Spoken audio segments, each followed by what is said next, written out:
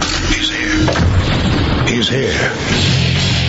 Now, broadcasting from the underground command post, deep in the bowels of a hidden bunker, somewhere under the brick and steel of a nondescript building, we've once again made contact with our leader, Mark Levin. Hello, everybody. Mark Levin here. Our number, 877-381-3811, 877-381-3811. Well, I think we've been hearing for the last several hours that Fox had 24 million viewers, a record. So we on the Mark Levin Show want to congratulate Fox on their new record of 24 million viewers, many of whom were fairly disgusted by what they saw. Many of whom were liberals, probably laughing and having a great time. Oh, the missed opportunity. And what do I mean by that? We have some tremendous candidates, incredibly intelligent, who've done magnificent things, who are serious about trying to restore the republic and save the country from a catastrophe. After this presidency, this disastrous presidency, and for at least the first full hour or so of this so-called debate, I thought it was a reality TV show. I don't dump on Brett Baer. I think he's the one serious journalist who was there. And I don't know why he didn't have the center chair. But that tells you all you need to know. In many respects, the unseriousness of this, the disrespectfulness to certain candidates who deserved better. Disrespectful to we, the audience, and the process. I've been around a long time. I've watched a lot of debates. As you well know, I worked in 2 campaigns. I've never seen anything like this. In many respects, it was a spectacle. 8 more to go. Can only imagine what the so-called liberal news outlets are going to do now. They're going to want to outdo Fox, no question, which has been praised by the New York Times, praised by CNN. I almost feel like there was another agenda going on here, a ratings agenda, the constant hype, push. I didn't mind the first question at all about the third party. We already knew it, though. We already knew the answer. And when and if Donald Trump comes on this program next week, I'm going to continue to bore down on that. That's a serious matter as far as I'm concerned.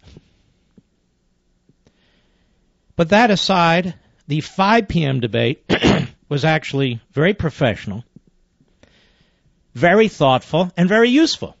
And Carly Fiorina came out of it. As I mentioned yesterday, I thought she and Jindal and Santorum and one other, I can't remember, did quite well. But she clearly hit it out of the park. There was no question about it.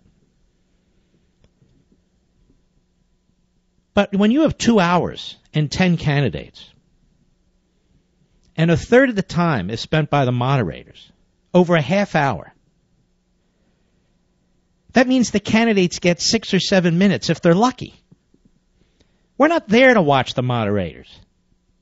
This isn't about them. Quite frankly, this isn't about Fox. Quite frankly, this isn't about 24 million viewers to show great ratings splashed all over the internet. This is about us and our country. This is a deadly serious matter. Now, I don't expect moderators to be sops, but I don't expect them to be fools either. I mean, I was sitting there shaking my head, and I wasn't the only one. So many issues. I was wondering, before the debate, how are they going to cover all these issues with all these candidates? They had no intention of covering all these issues with all these candidates. First and foremost, it was about the moderators and their network. That's why they took 1/3 of the time. Are they running for something? We have a right to know the position of these candidates on a whole wide variety of issues. That's the purpose of a debate. I was a debater. This isn't a debate. It's a reality show. I don't ever want to hear about the attacks on talk radio again emanating from cable TV. This is the most substantive, intelligent, thoughtful format in communications, in media, period. You can't get away with any of this on talk radio. This creates an atmosphere for the next 8 debates, and the Democrats are loving it. You know who enjoyed this debate the most last night? Barack Obama. Barack Obama. And the contrast between the 5 p.m. and the 9 p.m. debate Eastern Time couldn't be greater. 2 real journalists at the 5 p.m. debate who did a good job, a very good job. A very good job. But we're all here congratulating our friends at Fox. They got their 24 million viewers. Greatest ever non-sport event in history on cable. And, of course, that's what matters. You know, I haven't announced who I'm supporting, and I'm not going to announce for a while. I haven't done infomercials for Donald Trump, and I'm getting tired of these infomercials for Donald Trump. And I'm also getting tired of these lies and these attacks on Trump. I don't like bullies. And that second question out of the box last night was premeditated. That second question out of the box, Megyn Kelly on her own didn't ask that question. That had to be approved by executives over there at Fox. They carefully stage managed this event. So that question was carefully stage managed. Wasn't a counter question. It wasn't an hour into the debate. It was planned. It was written. Every syllable was known in advance. And the minute she asked that question, I said to myself, what the hell is going on here? What the hell is this? What the hell is going on here? They wanted a spectacle. The question itself was a spectacle. And so, ladies and gentlemen, I don't want to be misinterpreted. A lot of these liberal blogs, they'll put headlines on, Levin trashes Fox, Levin trashes Kelly, Levin does this. I am telling you what I think. I am not trashing anybody. I am explaining what I saw and giving you my take on it as somebody who is very serious about what's going on in this country, and we have precious few opportunities to present a philosophy, arguments, to make distinctions, to put things in context, and to find the right candidate to run for president of the United States. Is that asking too much? Apparently so. This is why every time the media is rated by you, you detest them. They're lower than Congress. They're lower than the courts. They're lower than the president. And now I have to discuss with you Rosie O'Donnell. Rosie O'Donnell. Why?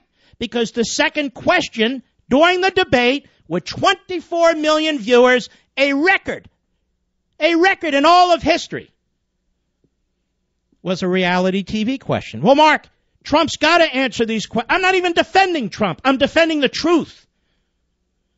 Well, Mark, he's got to be prepared to answer this question because of the Democrats. Fine, then let the Democrats ask it. We're trying to sort through the Republicans to determine who we want to nominate to take on the Democrats. We don't need everybody mimicking the Democrats. Ask some questions that are pertinent to we the people. Constitutional conservatives, independents, Republicans. It's the Republican primary, after all. Ask some questions relevant to us. And what is this abortion stuff? Every one of them getting hammered because they're pro-life. Let me suggest that when a moderator, quote-unquote, has an agenda, he or she should try and at least conceal it somewhat. But don't worry, 24 million viewers. Woo. Wow, that's just cool. Now, to be fair and balanced on this program, since that second question to Trump really, from my perspective, virtually destroyed the entire nature of this debate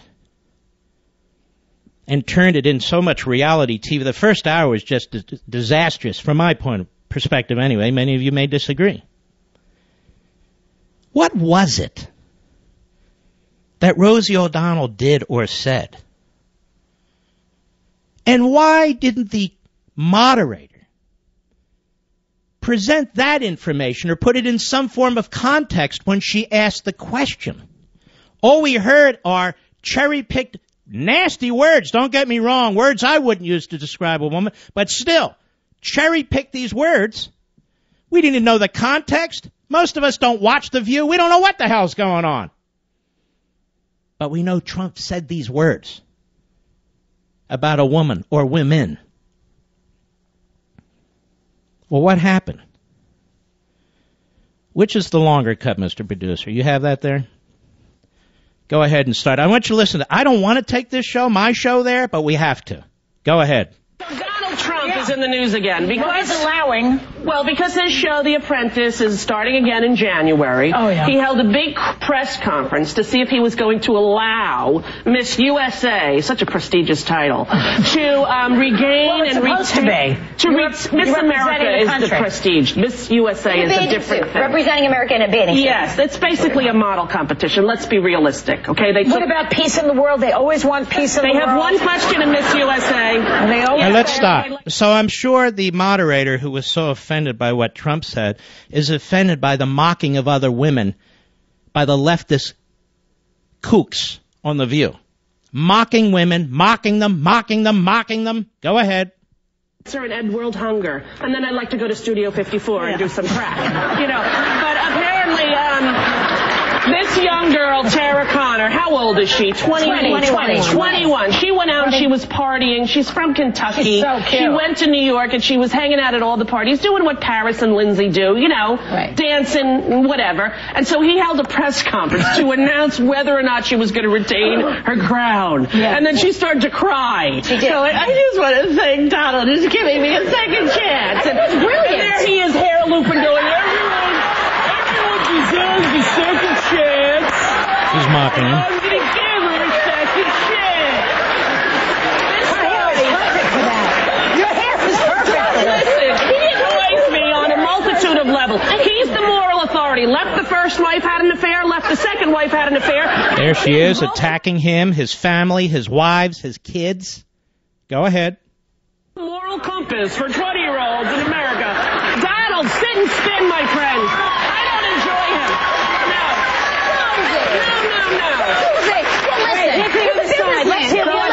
This is the thing. You say what you want to say about it. Let's stop. So I want you to understand, folks, at least in part, this was the basis for the second question at a presidential debate. The View, which makes a mockery of women all the time. The View, which is nothing but a nasty gossip program. This was the basis, in part, for the second question in this debate. And in part, this is what Trump was responding to. An attack on him, a vicious attack on his ex-wives, his relationship with them, and his children.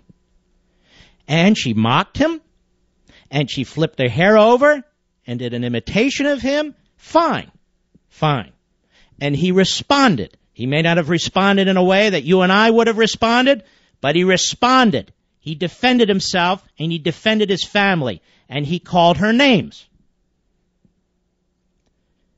So why didn't the moderator who presented this case, who's a lawyer, fill in some of the gaps and explain what he was responding to? It's not, you've called women B word, and you've called them this, and you've called them that.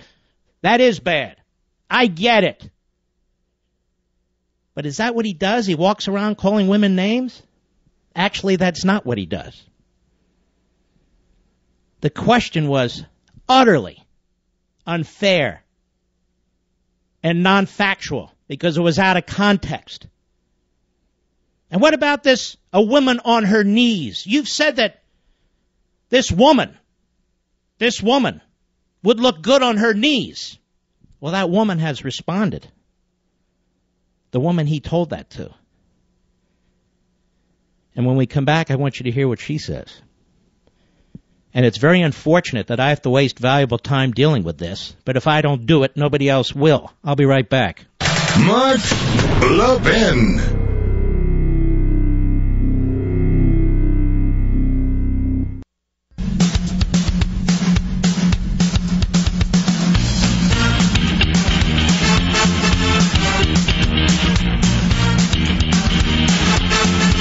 You know, the left has tried to take out various hosts at Fox. They've tried to take out various management figures at Fox.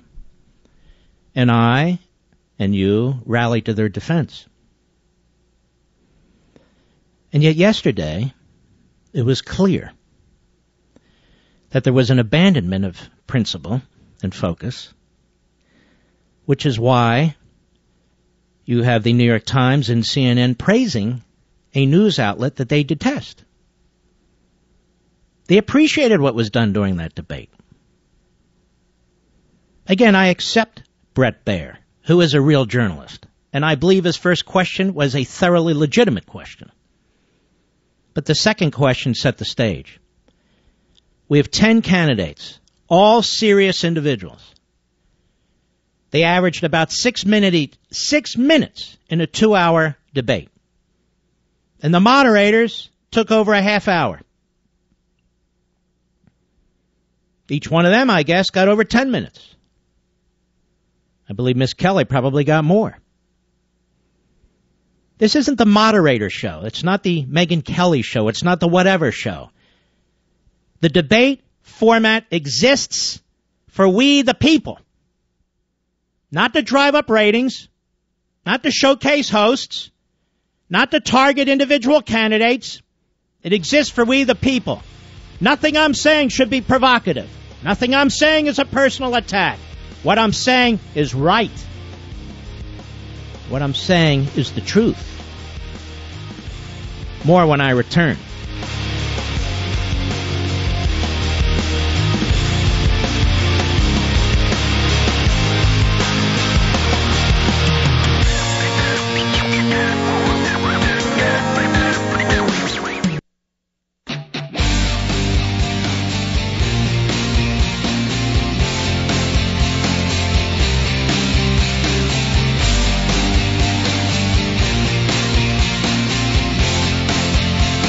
More logic than allowed by law. The Mark Levin Show. Call now at 877-381-3811. Analysis of the first half hour of the program. Mr. Producer, would you open your mic, please? Yes. Have I been fair? Oh, absolutely. Have I been factual? 100%. Now, if you thought I wasn't, you wouldn't say otherwise, really, would you? Correct. No, absolutely. Correct. So now we have the spectacle of shows on our favorite cable network asking paid commentators if they've been fair. No, you haven't. All right, well, you're gone. So we have the spin of the spin.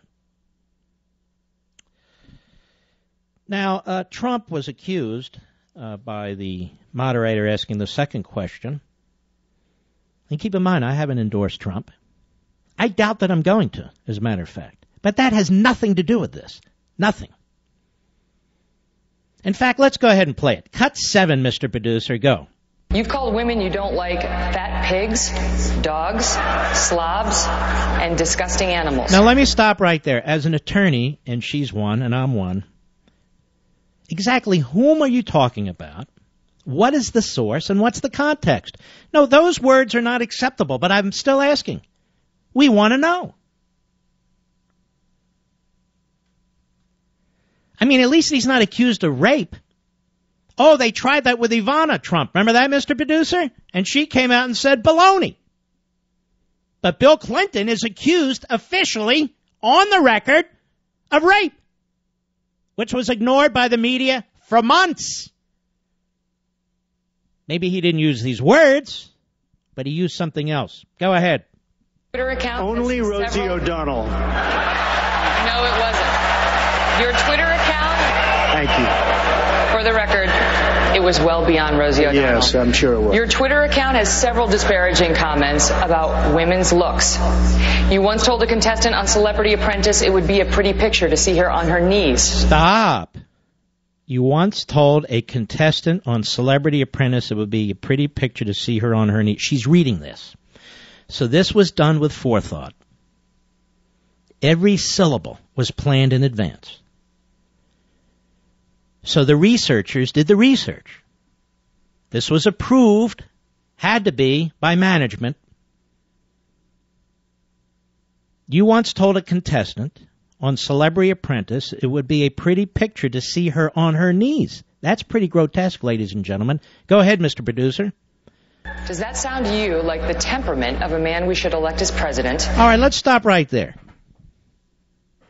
So that's the specific example she gives, asking about his temperament. And by the way, you may have legitimate questions about his temperament.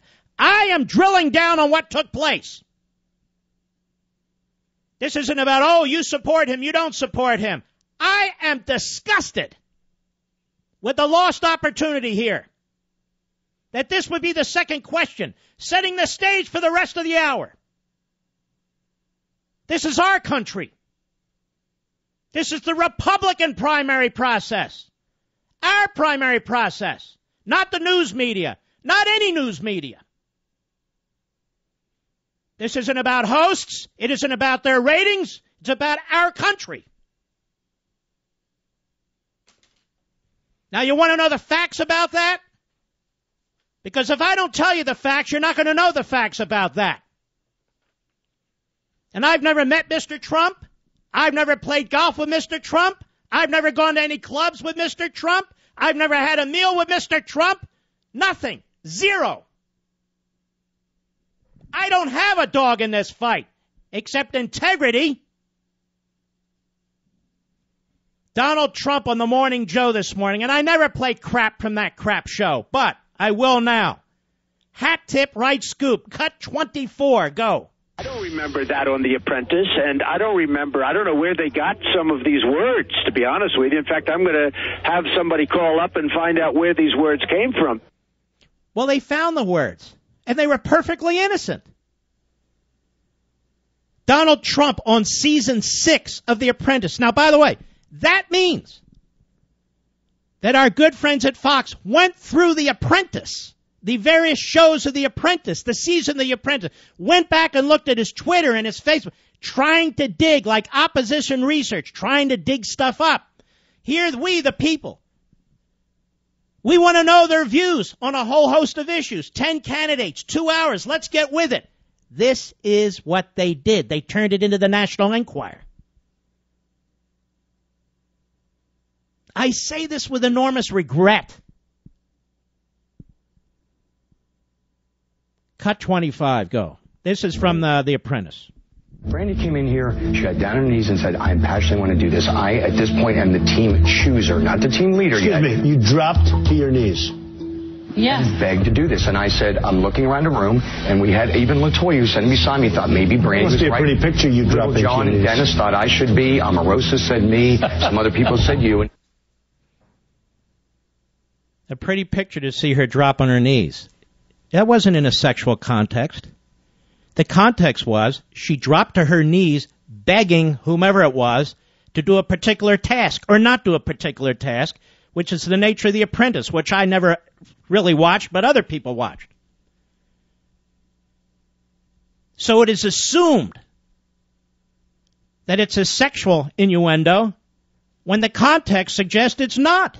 But it's certainly not clear-cut at all, and from my perspective, it's not at all a sexual innuendo. And yet that's the specific example that is used against them. After all the background search that must have been done, this is season 6 of The Apprentice. They were looking and looking. This is question number 2 in a Republican presidential debate. Well, he's going to have to learn to answer these questions. Really? This is a Republican primary process. We want to pick our nominee. Then we'll duke it out with the sleazeballs on the left. Go ahead. Continue with it, Mr. Producer. That's it. Now, Brandy Roderick, if you don't believe me, she's the Apprentice contestant who dropped to her knees. And here's what she said about all of this. Maybe they should have talked to her before this was such a seminal point in question number 2. Cut 26. Go. I actually didn't even remember, like him, I didn't even remember him saying that. And from the clip, you can see all he was reacting to was, what he thought it would have looked like. But, I've always had a positive experience around Donald. He's always been encouraging. He's never been disrespectful to me. I don't condone men being derogatory, but I think he was just, he's on television. He's trying to be funny. I don't think that he meant anything, horrible by it. So here I've had to spend over 40 minutes of my program in the first hour dealing with this, addressing this. I am still stunned by this. Where we have accomplished men on the stage, 10 of them, governors, former governors, senators, who are vying to be the Republican nominee for President of the United States. We're facing enemies all around us, the Islamo-Nazis in Tehran. Imagine if I ran for president, what they'd be running. The Islamo-Nazis in Tehran, the Red Chinese on the rise, the Russians on the move. They just attacked the Pentagon, cyber war. The economy is lousy. By the way, Megyn, I'm going to show you your war on women. And by the way, the women I were sitting with yesterday were not very happy with you. I'm just saying. Each one of them said, you don't represent them. Why do you claim to defend them? This isn't personal. I'm not accusing people of things. I'm not taking things out of context. I'm challenging. Up on the Drudge Report, among other things, record 56,209,000 women are not working. A record. Obama is waging a war on women. Liberals are waging a war on women. Democrats are waging a war on women. This is their economy. This is their government. These are their policies. Wouldn't it have been nice if this was discussed? More. Ready for this one? 100% of the jobs that women hold, female employment gains, since 2007, by foreigners. Let me repeat that. 100% female employment gains taken by foreigners since 2007. That sounds like a war on American women. Not one question related to this. Instead, we have to hear about stuff that's cherry-picked out of season 6 of The Apprentice, stuff that's cherry-picked from The View, and Trump's battle with Rosie O'Donnell. And I'm shaking my head watching this and saying, what the hell is this? But don't worry, ladies and gentlemen. 24 million viewers. That is a record for cable TV in a non-sporting event. Congratulations. I'll be right back. Mark Levin.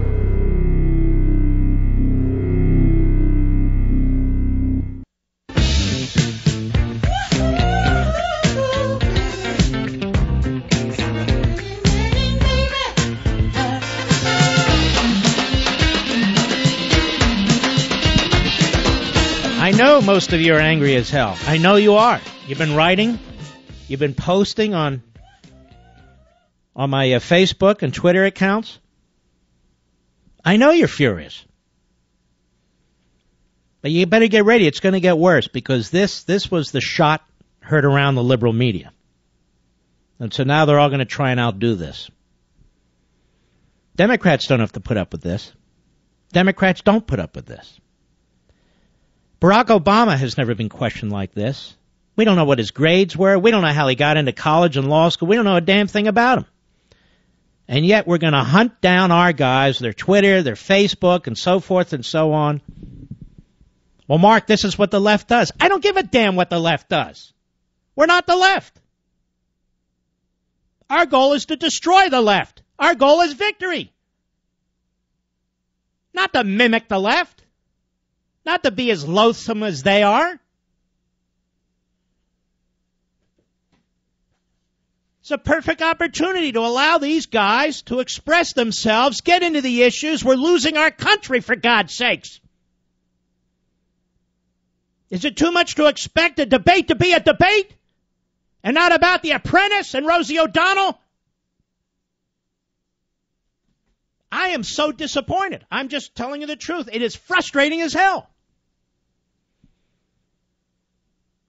And we're sitting there watching and watching and watching. It's like, well, where the hell did Ted Cruz go? Why don't you ask him a question? And after 40 minutes, they finally ask him a question. But then when you look at the numbers, oh, he had 6 minutes too. Not till the very end. He was asked about God. I mean, how much time was spent on abortion? Like a George Stephanopoulos interview. Now they know, they have a lawyer on that panel. There's damn little that can be done about abortion in this country, given the Supreme Court's ruling. Unless we amend the Constitution, unless we have a convention of the states, unless we defund Planned Parenthood and so forth. It was extremely disappointing in my humble opinion. That's just one man's opinion. And millions of others in his audience. If you're like me, you've been hearing a lot of rhetoric from the candidates, the 2016 GOP candidates. And you don't want to just be hoping they'll actually practice what they preach. You need to check out Conservative Review's new presidential surveys. They're crafted, simple questions, plain English, that address the issue areas that are important to you and to the future of our country. It's time for these politicians to stop dancing around questions and to give a simple yes or no to questions that everybody wants to know. And this is what we expected at the debate yesterday, but for the most part didn't get. Questions like, will you fight for the full repeal of Obamacare and veto any legislation that funds it? It's time for these politicians to tell us clearly what position they're going to take if they get elected, and it's our responsibility as citizens to hold them to it. There's no better tool out there than these presidential surveys from conservativereview.com. Conservative Review surveys let you compare results between candidates and get real-time alerts whenever a new candidate responds. Take 2 minutes right now, register at conservativereview.com, conservativereview.com.